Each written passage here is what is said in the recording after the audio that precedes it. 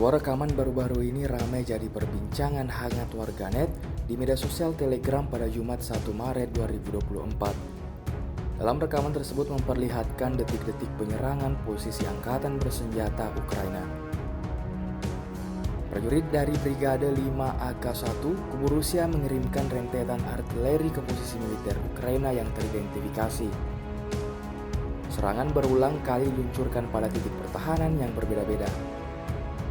Alih-alih melakukan perlawanan, kelompok militer Ukraina diklaim tentara Rusia sibuk bersembunyi. Peristiwa kehancuran posisi militer Ukraina ini terekam oleh kamera udara yang dioperasikan tentara Rusia.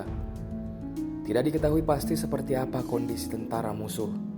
Hingga video ini beredar, beragam komentar dituliskan warganet.